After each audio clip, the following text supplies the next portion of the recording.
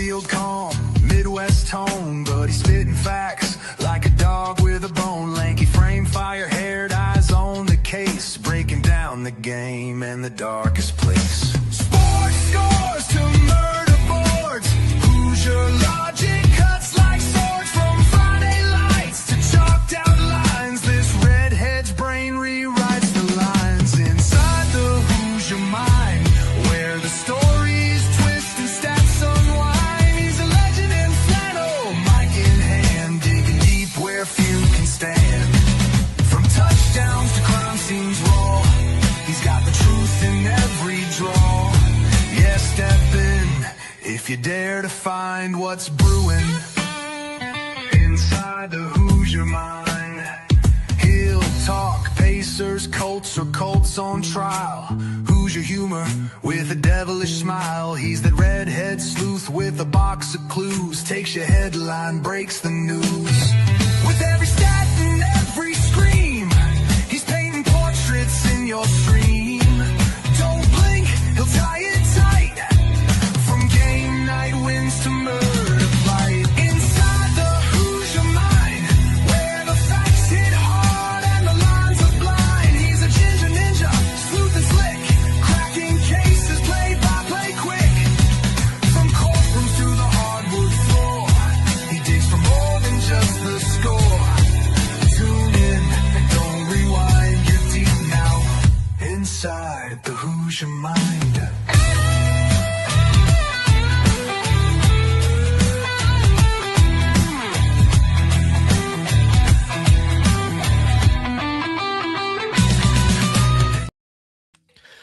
All right, what's up, everyone? Welcome into Inside the Hoosier Mind, brought to you by Military Broadcast Radio, helping give veterans a voice, as well as Gunfighter Beard Co. If you want a great beards like Mike and I have, check him out. He's a Marine out of South Carolina. Everything made and shipped here in good old US of A. So if you want great beard products, check out Gunfighter Beard Co.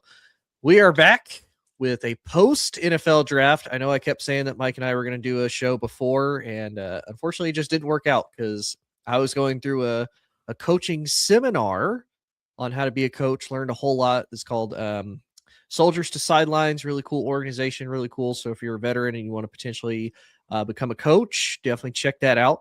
And Mike had some stuff that he was got going on as far as, his job, life. He's watching the Cubbies go on a pretty good win streak there for a hot minute. Yep.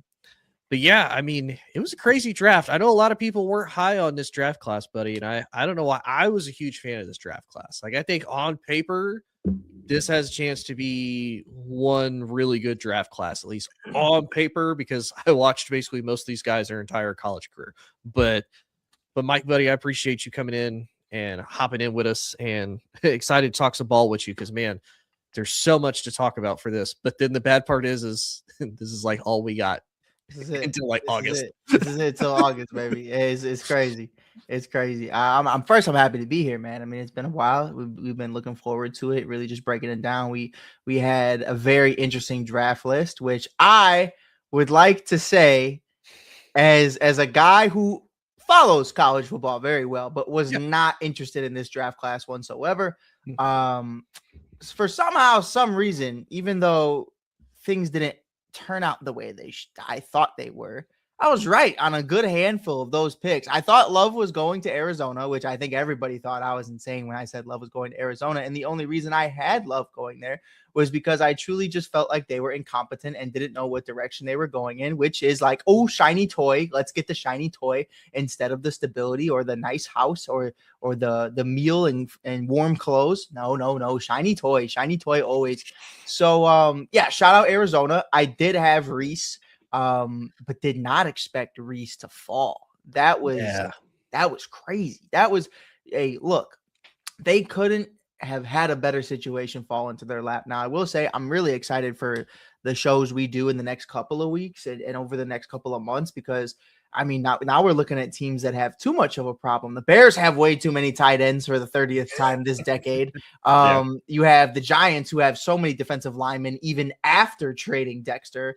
I mean, it's we have a lot of situations. I definitely don't think it's overtone. Like, I know we're talking like this is kind of like our final hurrah for the next few Like months, 3 but months, yeah. I definitely think more moves are coming. I saw it really quick, and then we'll get into the show. Saw Scotty Miller, Tampa Bay legend, is having a visit with not only Detroit but the Da Bears. And Tone, I just saw this. My buddy sent it to me. I don't know the validity to it at the moment, but kind of one of those guys that doesn't send me bullshit, you know.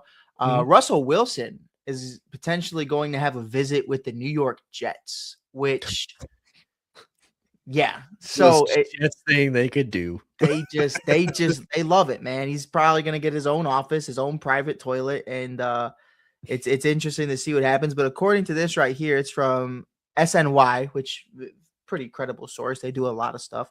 It says the Jets hosted Russell Wilson for a visit yesterday and are considering him to be their backup quarterback behind Geno Smith, per multiple reports.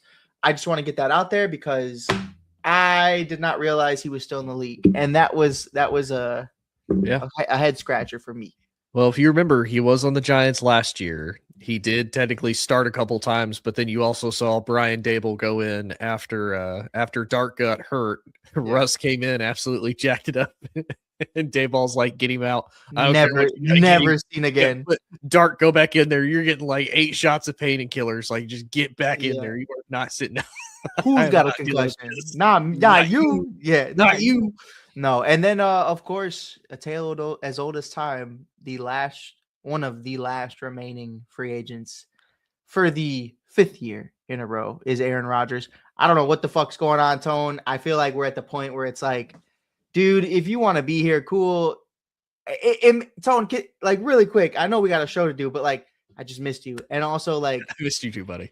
Like, it pisses me off because you're holding off on signing $1 million deal or a multi-million-dollar deal. You're just like, I'll get to it when I get to it. The way I would walk, the way I would drag my nuts through glass from Chicago to New York for a multi-million-dollar 1-year deal. You selfish fuck. Oh my gosh, Aaron Rodgers, figure it the fuck out, because it's frustrating, but I am happy that like ESPN isn't making it a big headline this year. Like the other year, like, when will he sign? You know, where will he sign? Where will he go? Is he out of the forest yet? Like, come on, brother. Like, but yeah, that's my gripes. And the bad part is we probably won't find out till like July. Training camp, brother. Like right before the season starts, we'll find out. That's the really bad part. But no, I mean, I agree. It's one of those like I see it, and again, a few shows like sprinkle it in here and there. I think it's mostly because he does have that deep connection with Pat McAfee. They're like, we'll leave it for that. Like, if it happens on there, cool. But if not, you know, we still don't know anyway. It's don't mess with Pat. Right. But no, we do have a good show. Mike and I are going to give a couple of our hot takes as far as who our 2 best and 2 worst picks are from the first round. And I might even expand that to just really any part of the draft. If we feel like there was any steals, if there's kind of any reaches. This one actually ended up changing, and I messaged Mike about it a little bit later. Diego Pavia was not drafted, but as of today, he signed a 3-year deal with the Baltimore Ravens. And whether or not Pat McAfee was kind of pitched him as the perfect UFL product, and we'll get into whether or not maybe that should become more of a thing for some of these guys. Test out the UFL the last couple of weeks of their season, and then maybe it gets changed. Maybe they end up becoming undrafted free agents that actually sign with a team. And then, of course, the last thing that we'll talk about, the whole SEC versus Big Ten, as far as all the hype, especially after the draft is over, everything like that. So it's going to be a fun show. I'm excited. Mike and I haven't been able to talk ball for a hot minute, and I think that's one of the things we love doing more than anything, because I'll be honest, we could probably talk ball for a hot amount of hours, and at the end of it, we're both going to be like, God, can football just get here so we can just keep the nostalgia going. But let's start with the first part, though. Let's start with the draft, buddy. So do you have any 2 picks? Like I said, I'll kind of extend it to the entire draft, not just for the first round. Do you have any 2 picks that you're like, man, these are absolutely great picks that you're just a big fan of? Yeah, one, I mean, Dylan Thieneman from Oregon, safety out of Oregon, going to the Chicago Bears. I mean, what a move. First of all, the guy has aura. I'm really excited about it. I'm really excited for the swaggy vibes. We saw Colson Loveland come into the building, Caleb Williams, Roma Dunze, Luther Burden III. Like, you're bringing in guys who just have not only their own brand or style, but honestly, just their own personalities, and being able to mesh all of that with Ben Johnson and one of the greatest coaching staffs, which I believe is built from a player's coaching staff. These are guys who are former players in this league, and it's just so much fun to add a guy like that. And I say that, and not just because I'm a Bears fan, but really didn't expect him to go at 25. I had him going in the top 15. I expected Minnesota, if anybody, to go after him. I think Minnesota took a shot in the dark that they didn't address the safety position, which is funny because my comp for him was actually Harrison Smith, which is like really cool. I was like, oh, this is the new Harrison Smith. Like, this is going to be awesome. But another one, and it's not a hot take at all, but Reese at 5 is kind of where I was at, where I was like, damn, like, I don't know what happened there for him to drop from arguably the number 1 pick that is not named Fernando Mendoza to go down the 5, especially when you look at the needs of the other teams. It was interesting, man. I really don't know what to make of it. I really don't know how to explain or make right of what really went down. I mean, it's interesting, man. I mean, especially when you break down Bailey going over him. That's the one where you just kind of scratch your head at that one, and you understand that you're going edge regardless. But I mean, what they saw from David Bailey over Reese is really interesting to me. Love going third, like we talked about. I don't think we have to talk anymore about it. But Love going third is an interesting move. But I do want to say something. Carnell Tate. I want to give a huge shout out to Carnell Tate. What an incredible human being. What an incredible story. A kid from Chicago. Being able to be paired up with Cam Ward is going to be really cool, man. I'm telling you, Tone, I know you already know the kid, but like, if you don't know his full story about everything that he went through growing up in the city, like losing his mom, and just so much more, it's really incredible and really remarkable to see him go in the top 5. And I thought that was really special. That's one of those moves where it's like, you as a Chicagoan can sit there and say, I'm going to root for this kid the rest of his career. I don't care where he goes. And it's just really cool to me. So those are my ones, really. Dylan Thieneman, obviously, you know, like I said, and then Reese landing at 5, just a crazy one to me. Okay. And well, that's why I think, and a lot of people, like I said, they weren't fans of the draft. Like, I was watching videos and they're like, oh, I just don't like this draft. It wasn't a very good one.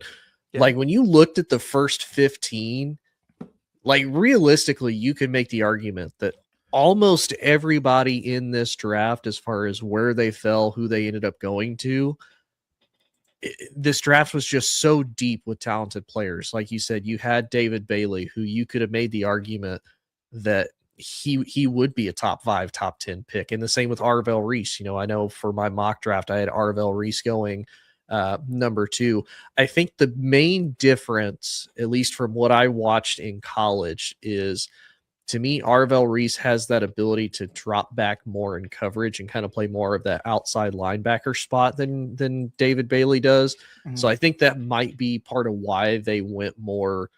The Jets went more of just pure edge rusher more than trying to get the linebacking part. And then the Giants, you know, it's one of those, oh man, if he falls in our lap, like, we can't say no. Tennessee didn't get him, which is kind of surprising that Robert Saleh, being a defensive guy, didn't go get a defensive guy, because you would think he would. But, you know, like you said with Carnell Tate, the only thing that makes me kind of worry about Carnell Tate is, even though he was considered like one of the top wide receivers in this draft, he was never the number 1 wide receiver for Ohio State at any point in his career, which is crazy to think and realize when you look at how deep that Ohio State wide receiver room has been for so long, and still is.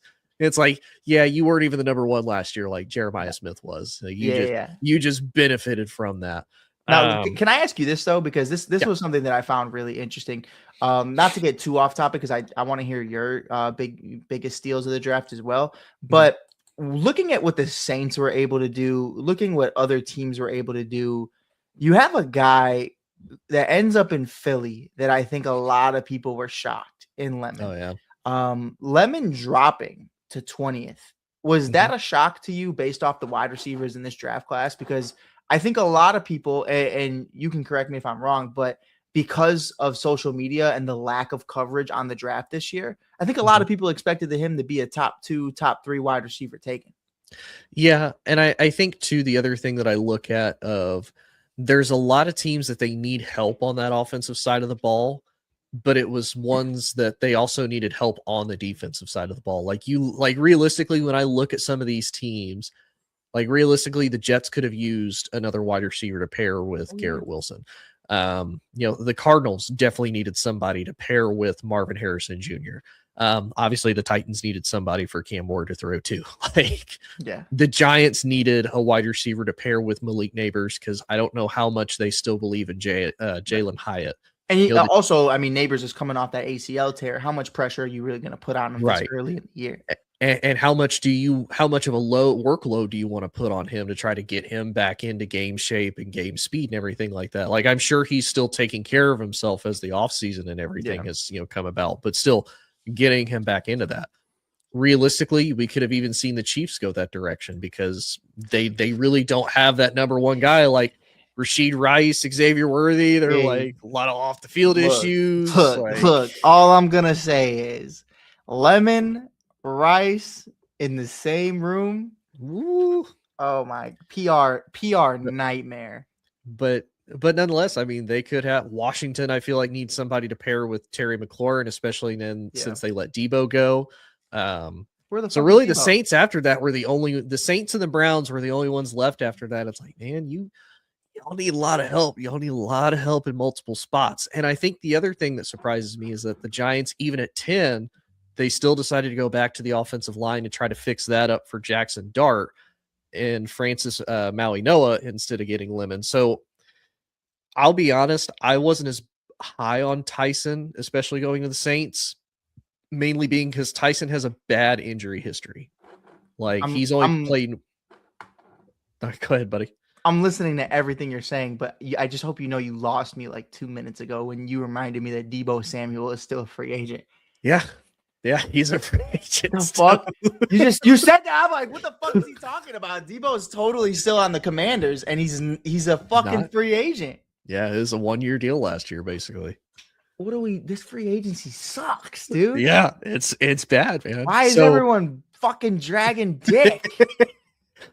But no, sorry, I mean, no, you're good, buddy. You're good. So I mean, all of this, like I said, I was a big fan of this draft, but Mekhi Lemon going all the way down to 20, it is surprising. Like I thought there was a multitude of other teams that would have potentially taken him. Like again, I thought the Browns could have because they were there. I thought the Giants maybe would have reached for him.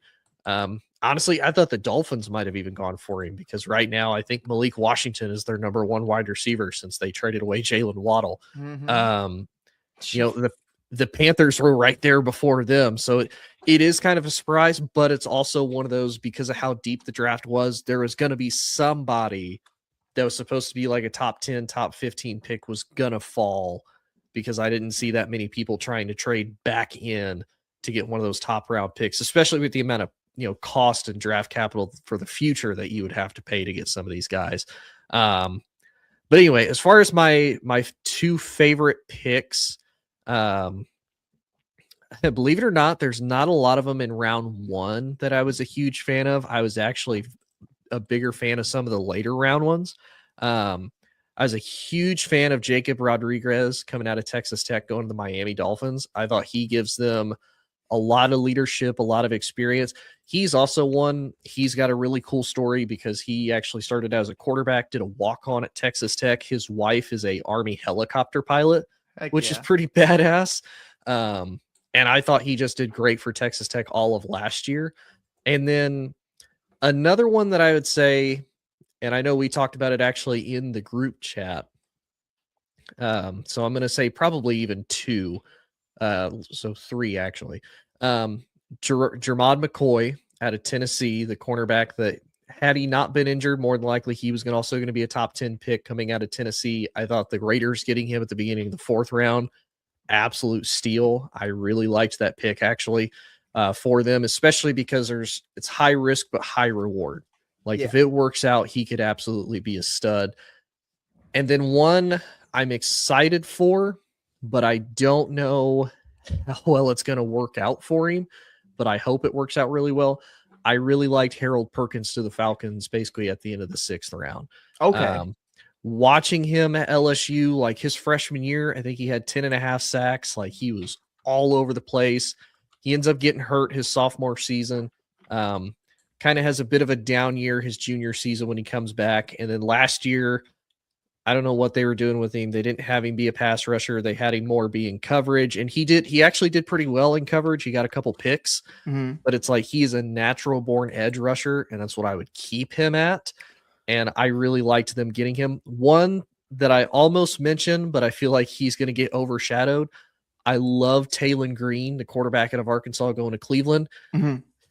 But you're going to Cleveland, and that whole quarterback drama situation of, is it Deshaun? Is it Dylan Gabriel? Is it Shador? So I'm like, man, that's not even fair for him. But I liked watching him in college. I wish he actually could have stayed another year in college. Also, why the fuck are we talking about Dylan Gabriel? But that's a whole different conversation. But hey, but I do want to mention a guy because I kind of glossed over it a little bit, and I think because he's in the division, I just didn't want to talk about it. Caleb Banks, 6'6", 330 pounds, 23 years old.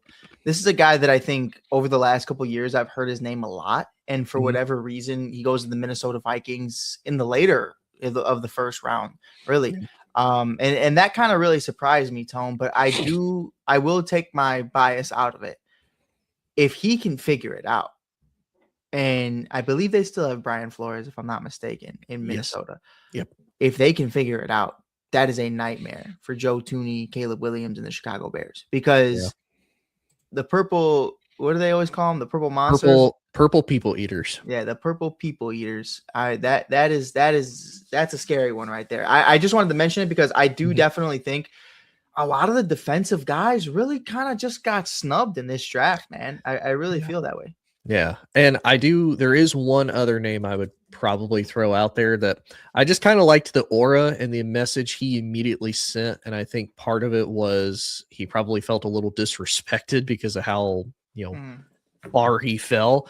Sure. I loved Ruben Bain getting drafted to Tampa, and he's like, Ruben Bain, Tampa Bay Buccaneer. He walks out, just grabs the hat, doesn't even stop for the mirror to pose, has the hat on, sunglasses, is all business. He's like, if you ain't on my team, I hate you.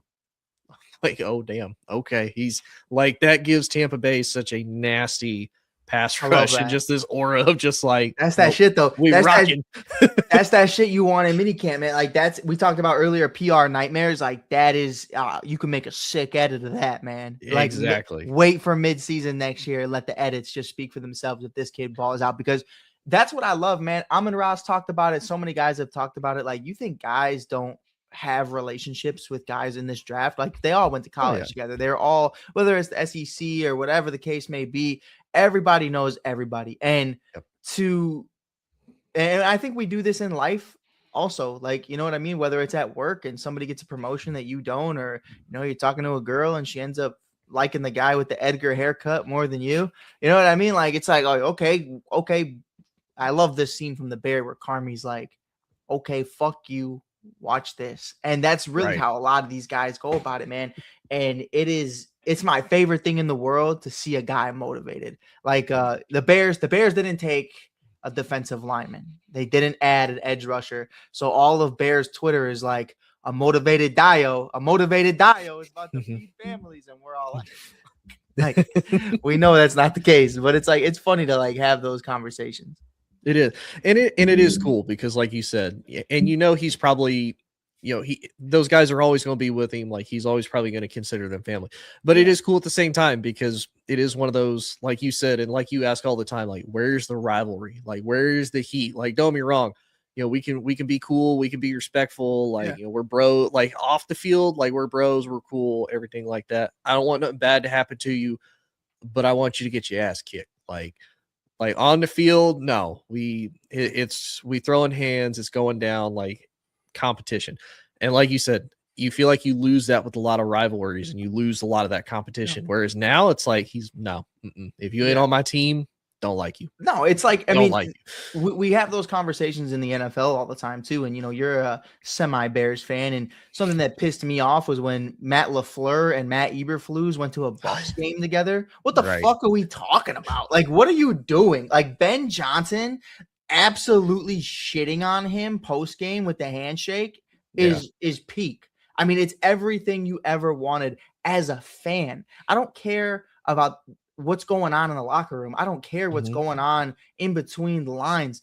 As a fan, that's what you want to see. So when you see guys motivated, when you see rivalries in the NFL start to heat up, that's my favorite time, man, because that's the shit that you'll remember as a kid. I will never forget some of the battles Jay Cutler went through with defensive players, absolutely shoving it and then backing it up too. I mean, it's just one of those things where that's why we love the game. You know what I mean? I don't want people to be friends. I want people to hate each other. And how often, and I'm not gonna lie, as much as it was super painful to watch this old man come out of retirement to play, even if it was for just a few games, like, can we just sit back and appreciate Phillip Rivers coming back, even if it's just like the most PG, corny, like shit talking ever? It's like, yeah, why not? God, you miss it. God, you gotta miss it. He's like, what are you doing? You ain't the mic. You ain't doing it. Like, oh, you gotta love it. I love it. And that's the stuff like you don't realize, and all due respect to the other 31 quarterbacks in the league.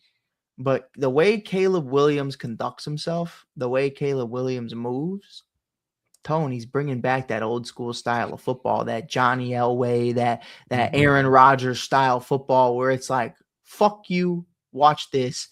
I'm about to beat your ass and you're going to thank me for it. And I love stuff like that, man. Like, all due respect, Mitch Trubisky.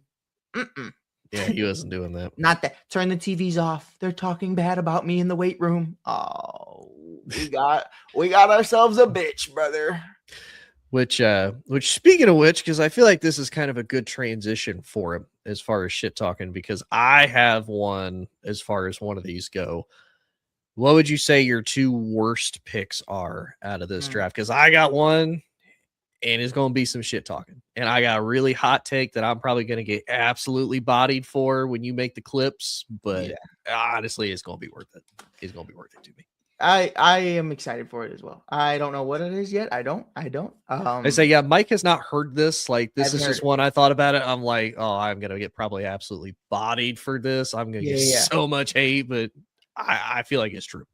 I haven't. I'm looking through it right now. Sorry, I'm trying to say, if you want, I can give mine first. It might be a little bit of a shock if you want to enjoy the hot take while you're kind of looking.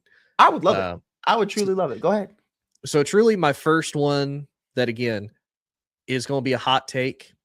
While I feel that Ty Simpson was the worst pick of the first round, the really bad part, out of all the first round quarterbacks that have come out of Alabama since 2007, I feel he has the best potential to be successful. And you want to know why? Because Nick Saban didn't coach him all the way to the NFL. And I know the hate that I will get for that comment. And here's why I say it, right? Here is why. You can look at all the first round Alabama quarterbacks that are still in the league, right? Tua Tagovailoa. He's no longer a franchise starting quarterback. He's now the backup to Michael Penix in Atlanta. Tua did not work out. Oh, so you look surprised by that. I'm like, no, buddy, that's true. No, it is. I forgot where all these guys went. When you said Jalen Waddle earlier, I was like, oh, yeah. Yeah, Jalen Waddle, also Alabama. Now, I know a whole bunch of fans, what about Jalen Hurts? He went to Oklahoma for 1 year, and he learned under Lincoln Riley, and then lo and behold, he became a pretty good quarterback. Now, everybody, oh, but he started for Bama. He did, but then he got benched for Tua to win that national title, and then it was back and forth, and that's why he said, screw this, I'm out and going to Oklahoma. Now, while Jalen still claims Bama, he claims Oklahoma as well, so I'm not including Jalen in that. Yeah. Now, the jury's out on Bryce Young still. He got benched for a little bit. He came back hot. It seems like the Panthers are trying to build around him, but I'm going to be 100% honest, not totally sold on him yet, though. And then Jalen Milroe, he's just back up. He didn't really get a shot. Sure. Nothing, nothing I can do against that. But then all the other ones, like AJ McCarron, Cocker, like all of those other previous Alabama quarterbacks, I think the one that had the longest tenure was AJ McCarron, and he was primarily a backup, had more success when he went to the UFL, and now he's the head coach of, I believe, the Birmingham Stallions, and they're like 1-4 in the UFL. So out of all that, because Ty Simpson has spent the last 2 years at minimum being coached by Kalen DeBoer, I think he has the highest potential to succeed. Still hate the pick, because to me, I get where the Rams decided, hey, we need to have a guy to fill in for Matt Stafford post Matt Stafford. But there was something that was brought up earlier that I thought was a really good point. So from 2021, when Ty Simpson graduated high school, if let's say hypothetically he sits behind Matt Stafford for 2 years, that's 2028. He's played 15 games of football from 2021 to 2028. That's 7 years, and he'll have potentially only played 15 games of football, barring any type of injury to Matt Stafford, barring any type of early retirement for Stafford, whatever the case may be. Like, is that really the move you want to do, especially with how well the Rams bounced back after the going all in to trade for Matt? They still had Aaron Donald. They still had all those pieces. They bounced back really quick with a whole lot of draft pieces. They got really young, really fast. Now, could some people argue, well, they got Trent McDuffie for a first-round pick? I mean, yeah, if you really want to throw that to, like, make yourself feel better, you could. But again, even though I think it's the worst pick, I think he has the best chance of succeeding just because he's not coached by Nick Saban into the NFL. Yeah. And he's got Sean McVay coaching him as well.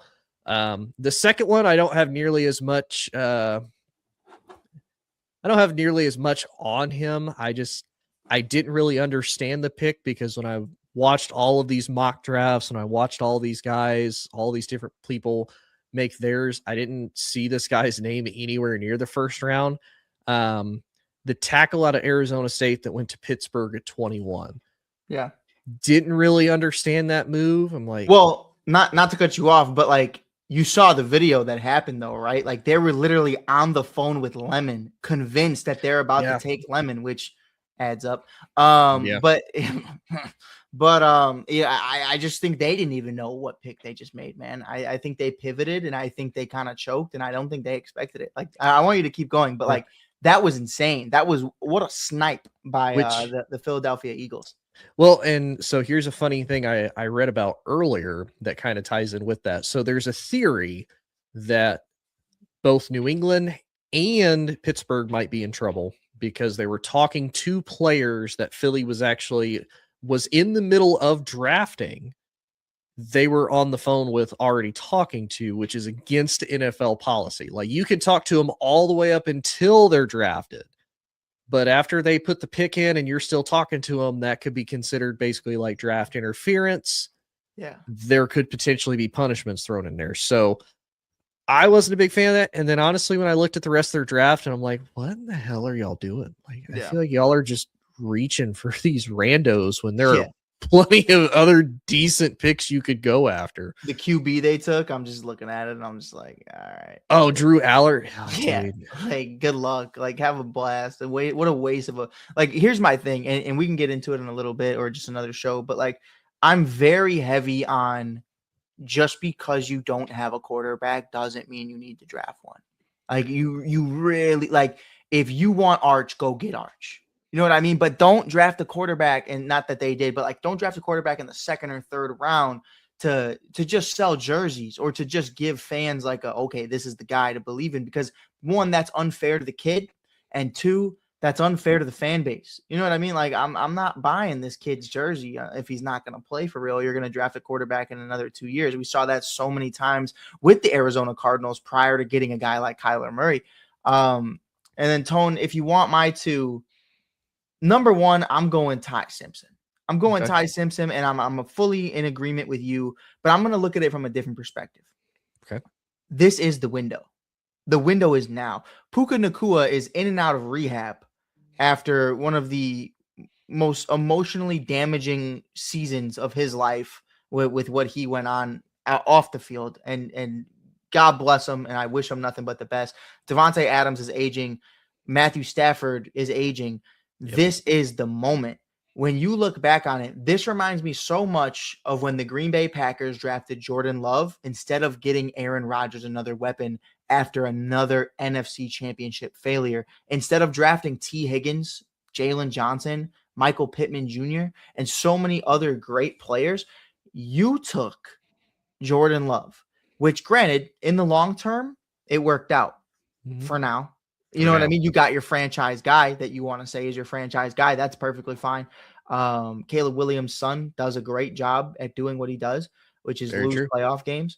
But I think for me, it's definitely like frustrating if you're Matthew Stafford and Sean McVay, because you're like, imagine they got Lemon. Like, and I heard him even mention that, where they were like, what kind of historic numbers could they have put up with Puka, Adams, and Lemon? Well, and think about it too. Like you have a kid that's already young in Puka. Like, you're going to have to pay him money, but you still have a young core receiver. Like you said, Devontae's older. Let this kid come in. You can do the really good rotation as far as snaps. Like, nobody has to get overworked. Like, you're perfectly good. Like you said, the numbers you could put up, and you got him for at least 5 years. You don't have to pay him. And you're LA.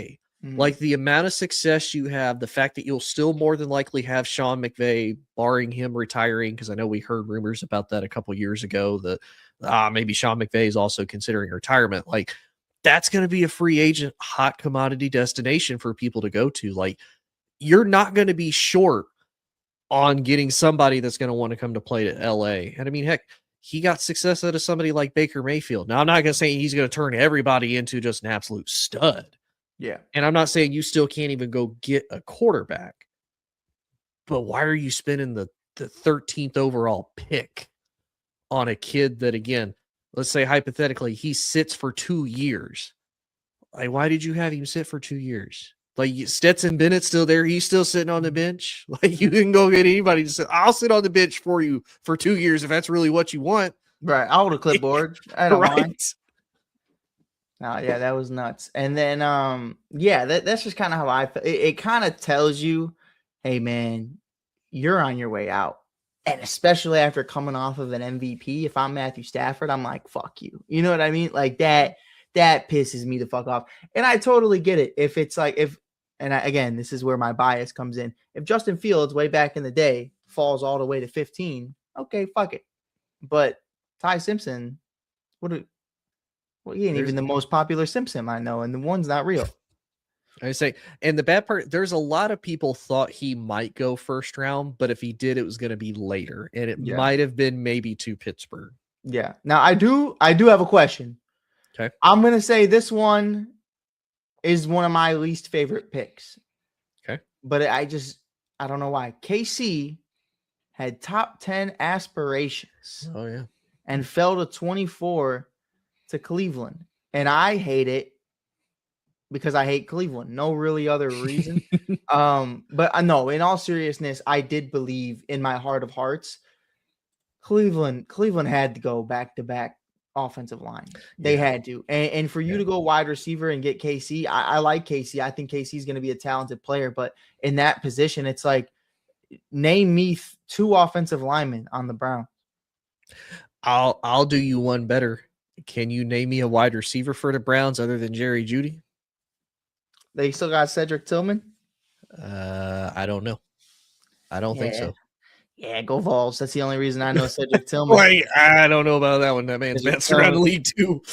Cedric Tillman. Let's see where Cedric Tillman is today, just for shits and giggles.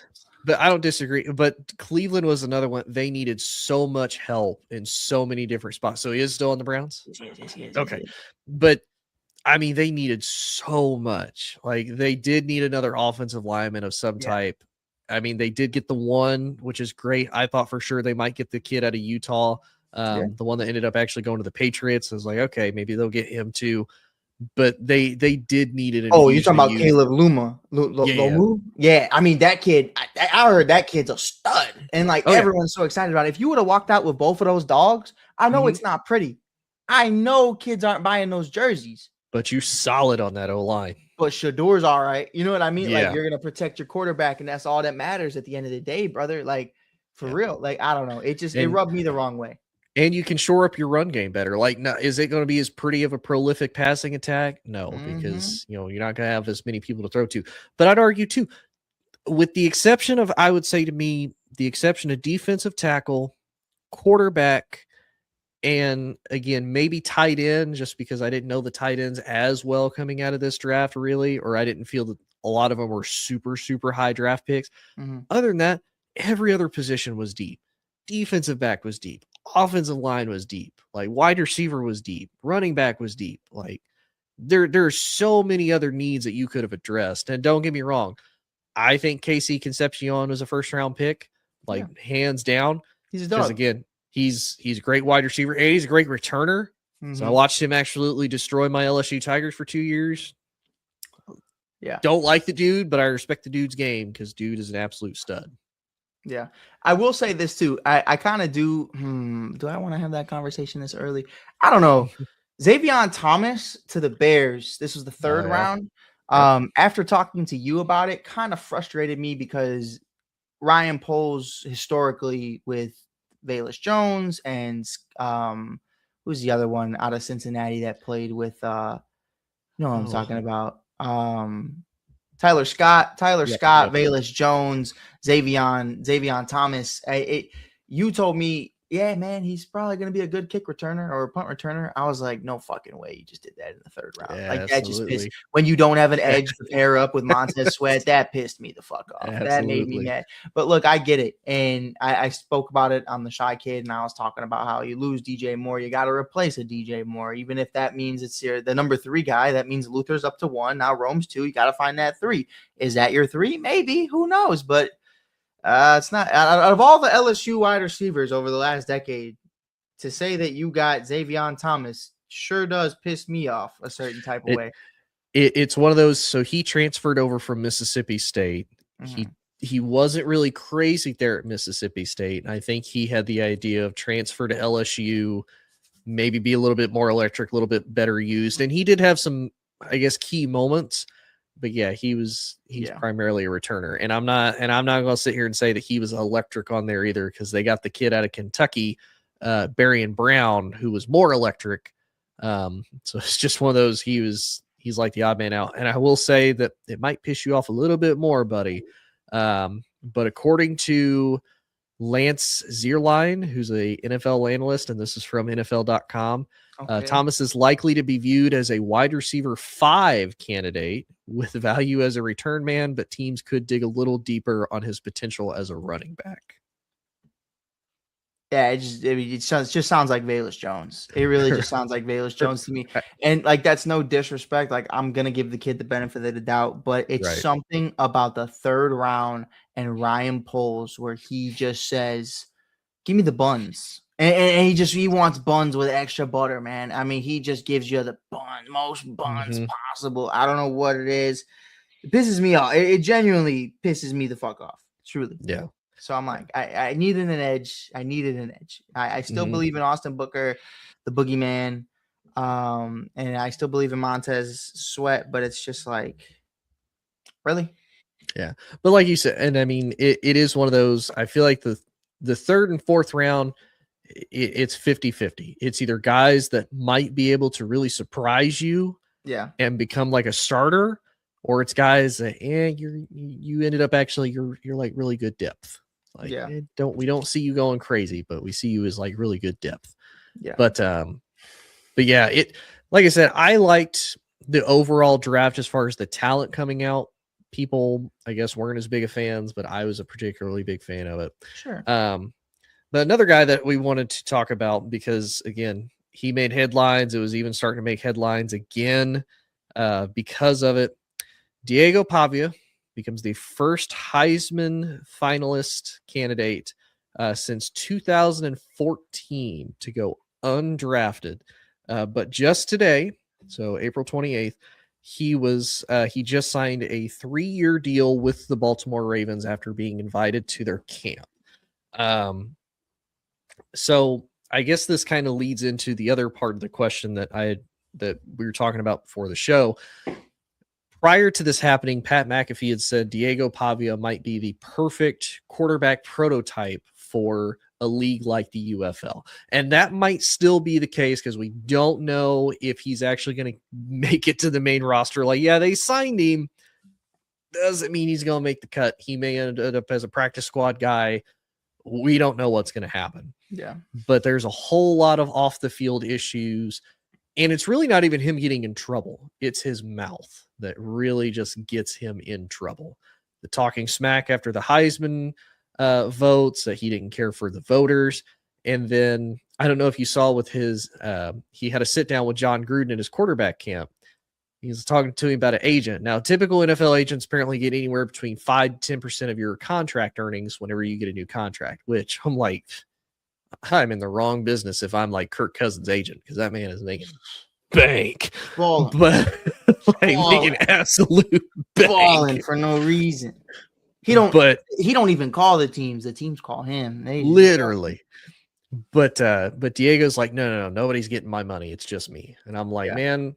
And in fairness, Tom, before you say anything, it's not the first time we've seen that. Roquan Smith doesn't have an agent. That was like a big thing with the Chicago Bears. Yeah. It was like, man, we don't know how to talk to this guy. You know what I mean? It just makes things hard. Yeah. Lamar Jackson doesn't either. Yeah. So I mean, I can't sit here and act like he's an asshole. It's just that the way he vocally said it, it's like, all right. So here's how, if it was me and if I could have like a little whisper in the ear, this is how I would pitch it and portray it, right? Yeah. Let your agent be your advocate as far as, like if he's a hot-tempered, hot-headed dude, that's cool. That's fine. You got passion, you got emotion, like that is who you are. Let your agent kind of smooth things over. Let them like, hey, yeah, he's a little rough around the edges, but he's got heart. Look at what he did with Vanderbilt for the last couple of years. Like he was a Heisman finalist candidate. Like the kid can ball. He's got that. Now he's got a lot he got to work with, but the potential for him to ball out is there. Like you got to have somebody in your corner for you. Now here's the other thing too that I would say as far as not having an agent. You don't have to, but I would say let the agent just get your foot in the door, kind of see things and learn first, just to make sure that you're crossing all the T's, dotting all the I's. Make sure you got at least the foundations for yourself as far as negotiations go. And then if you afterwards you want to be like, hey, I don't need you, I don't want you. Right. I'll do everything else. We'll figure it out after. We'll figure it out after. That's what I would recommend, because you don't have to have an agent. Like you said, it may be a little bit more difficult, but at least make sure you got an understanding of everything before you're like, I don't need you. Like, nah, dude, just like make sure to advocate for yourself in the best possible way. Okay. Love it. That was Professor Tony. Welcome to his session. Now you're talking to Coach Mike. This isn't Coach Mike in football. This is Coach Mike in life, because I want to start off. If we're talking to Diego, not that he's listening, he don't give a fuck, but here's what I would say. Shut the fuck up. I have never heard somebody talk about how they almost won a Heisman or any award so much than this kid. Saw a video of some girl, famous girl, streaming at some UFC event or something, and he walks up to her, and the guy walks up to the girl and he goes, hey, this is Diego. He's a football player. He almost won the Heisman. Damn, bro. And then he tries to rizz up the girl, and the girl's like, and she says it to the stream. She's like, that was the weirdest interaction of my entire life. And she was basically like, get the fuck away from me. And like this kid just screaming, I almost won a Heisman. When you look at his fucking numbers, it does nothing for me. These numbers, Tone, like they're not bad. Not bad whatsoever. 3,500 yards, 29 touchdowns. And that was last year? That was last year. The year before that, the Heisman year, right? No. Last year was the Heisman year. Year Okay, before so was just kind of his like breakout year, if you so want to call it that. 2025 is the Heisman year. 3,500 yards, 29 touchdowns, 8 interceptions. Brother, Joe Burrow at LSU shit out 29 touchdowns like it was nothing. And I understand you're at Vanderbilt. It is what it is at the end of the day. Shout out Jay Cutler, also went to Vandy. But like, I'm not going to sit up here and say that like that was anything than what it was. Johnny Right. Manziel won the fucking Heisman and wasn't even the number one fucking pick. I Right. don't give a fuck. I don't give a fuck. I mean, Travis Hunter wins a Heisman, and a year later, he's a full-time DB. Yeah. We do not care. Yep. Nobody cares that you were the best at beating young men. Congratulations, Diego. Shut the fuck up. That's what I would say. If you want to say you almost win a Heisman a million times, you know what that tells me? That nobody was really watching your games, because you have to tell us who you are. And this is going to be a little bit of a shot, but it was the first thing I thought about when you said that, oh yeah, he's a football player and he almost won the Heisman. Oh, cool. So you were the first to lose. So you were almost good enough, but not quite. And that girl's probably thinking the same thing. Like, yep, you almost won the Heisman and you almost get my number. Like, didn't even make it to the fucking playoffs. What are we talking about? And Tone, did Vanderbilt even make it to the college football playoffs? Nope, neither. How the fuck are you a Heisman finalist and your team sucks ass? So this is where I would say he kind of gets the benefit of the doubt there. Fuck that. No, he's gonna sound really, really bad. It's where he kind of gets the Fernando Mendoza, like you went to such a bad program, right? Like Travis Hunter too, and it's like. And immediately flipped it around to where they were better. And for Vandy, I mean, this is the best they have been in years, like ever. You know, beat Alabama for the first time since like 1984.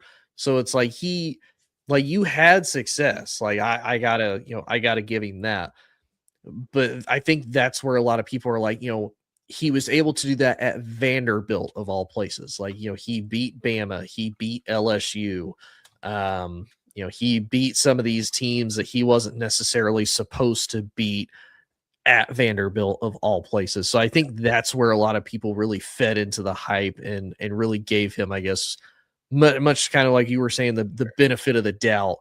To me, I kind of call it the Mendoza thing of like, you took a really crappy team and made them much more relevant than what they ever have. But in that same breath, Fernando took that crappy team and won a national fucking championship. You know what I mean? And that's like my only thing where it's like, what the fuck are we talking about? Because if you can't say that. Can't say that. If you're the smartest kid in the dumb class, I don't know what the fuck to tell you. Congratulations. Hey, it's one of those what do you call the last person that has like a D- coming out of medical school? What? You still call them doctor because they still finished. They didn't finish well, but you still finished. I guess. But all of that being said, though, Pat McAfee brought it up on his show that I thought was interesting. And again, like or hate the dude, I feel like it would be interesting. Do you feel like he would be the perfect? I really don't want to call him the poster boy for it, but I kind of feel like if you wanted people to really watch, like, God, I would just want to see how this dude performs. If he either does really well or shits the bucket, like kind of making the poster boy for the UFL. He would 100%. He would, Tone. Like and it's because of the vibe. It's because he knows it, and it's because he knows that I am making you guys money. I am bringing people in to watch, even though probably aren't that many people really watching. It's not that big. It's not like Shador going to the XFL. You know what I mean? This is Diego. But respectfully, bro, like we don't give a fuck. Like you have there's no Dion attached to this. There's no Shyla. There's nothing. It's just a guy who almost won a Heisman. Congratulations. Like, and that's where I'm at. So I think it's really interesting. I think it's something that it really would be fun to really see him ball out. But again, I'd still be more interested in watching Austin Reed. But no, and that's fair. And I do think we were kind of talking about it beforehand, and before we get to our next topic or last topic, I think it would be cool if timeline wise it would work out for some of these kids, like post draft, like say you go undrafted. It's like, okay, let me ball out in the UFL potentially for a little bit to put me in a different situation, even if it is just semi pro or essentially just preseason. See how I do in a new system, in a new environment that's not Power 4, that's somewhere different. Let me get a chance to really develop, play with other, like basically grown men, kind of like how the G League does it. Of, all right, let's see how I do in a new environment that's not college, and go from there. I think that would personally be cool. Now, I don't think timeline wise that will ever work. But for some of these kids, if it doesn't work out, or if they're trying to just stay ready in case, somebody gets hurt, training camp, whatever the case may be, I would still say go ball out in the UFL for the last couple weeks of the regular season. And if your team makes the playoffs, like, yeah, go for it. Like, hey, I was a difference maker. Like, I went there and I won my team a championship. Like, I'm that good. Like, give me a chance. Like, throw me a bone. Say in a I don't know what his contract currently looks like. It's a 3-year deal, if I'm not mistaken. I don't know the guarantees of that or what. I don't know the money.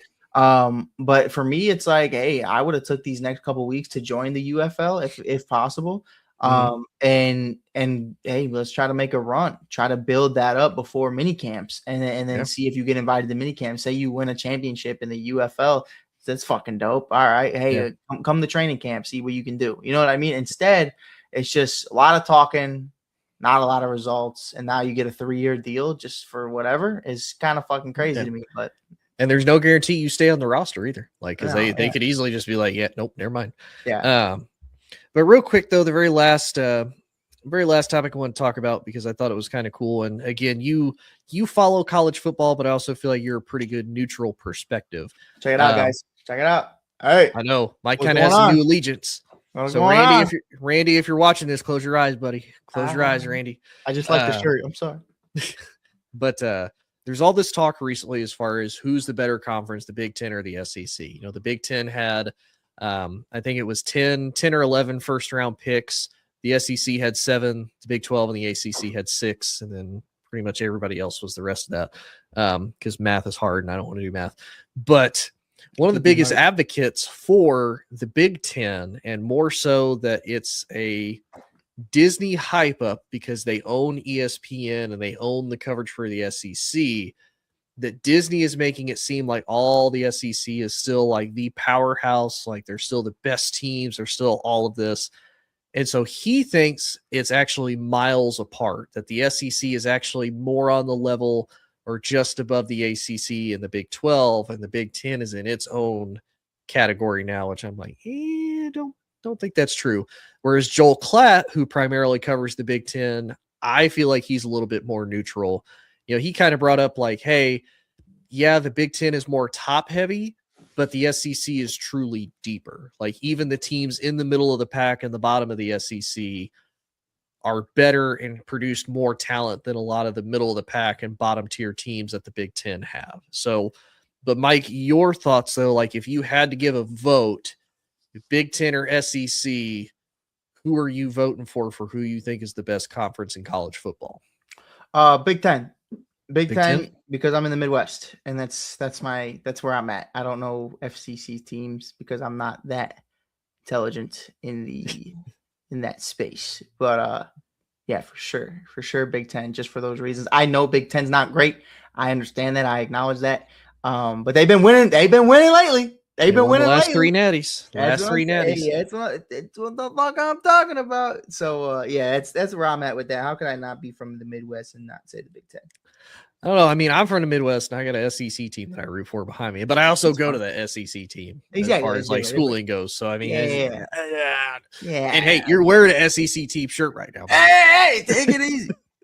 And hey, you rooted for the Vols at one point. You were all about the Rocky Top at one point. I still love the Rocky Top. I'll never not love the Rocky Top.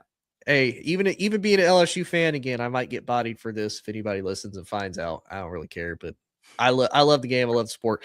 I have really been rocking with Rocky Top for the last couple of years now, even though LSU, like ever since like that massive hype up game between Tennessee and Alabama with Hendon Hooker at the quarterback and Tennessee, and it was like, you gotta love the Rocky Top. You gotta love the Rocky Top just for that. Slang that thing, boy. Shout out Hendon Hooker. He just got an opportunity somewhere else, I saw.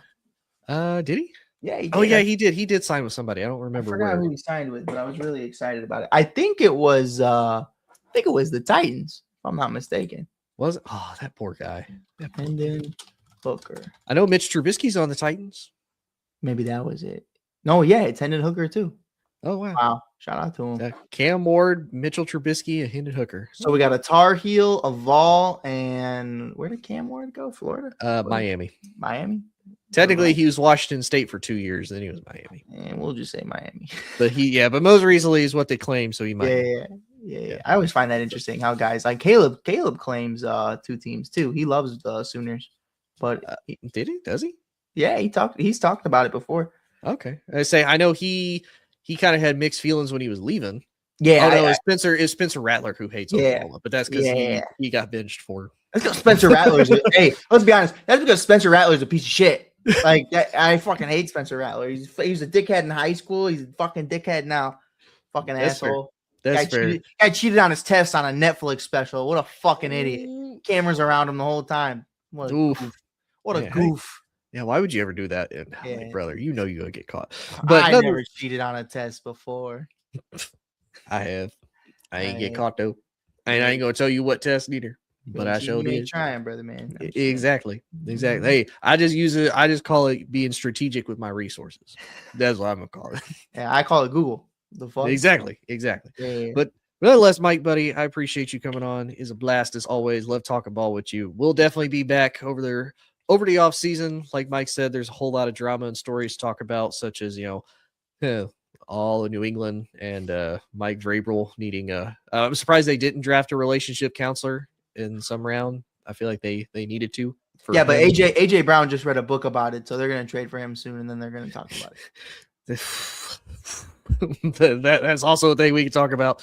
But Mike, buddy, I appreciate you being on. We will be back over the summer to continue to talk about more NFL college football. Appreciate everybody tuning in. If you like this, check out Military Broadcast Radio for all the great veterans, helping give them voice. They have great other creators and whatnot to be able to check out. If you like what you see here, check me out on social media, Inside the Hoosier Mind, pretty much everywhere. If you like Mike's stuff, check him out at The Shy Kid. He's going to be covering all the Cubby stuff since it's thick into baseball season. I don't really do baseball like that. I like college baseball. We're working on it. But for whatever reason, my LSU Tigers have decided to poop the bed after winning the Natty. I don't understand what has happened. I'm like, y'all were so good. And what happened? But nonetheless, though, and then, of course, if you want great beards like what Mike and I have, if you want to smell good and smell great, check out Gunfighter Beard Co. out of South Carolina, Marine Vet, got great products, great stuff. Appreciate everybody tuning in, and we will see y'all later. Ladies and gentlemen, thank you for tuning in to Military Broadcast Radio. As we wrap up today's show, we want to remind you that the podcast of today's episode will be available right after we go off the air. So if you missed any part of the show or want to listen again, be sure to check it out. And remember, we're here to support and honor our veterans. Your stories and experiences matter, and we are committed to giving you a platform to share them. That's right. We're here to give our veterans a voice. So don't forget to catch the podcast and stay connected with us, giving our veterans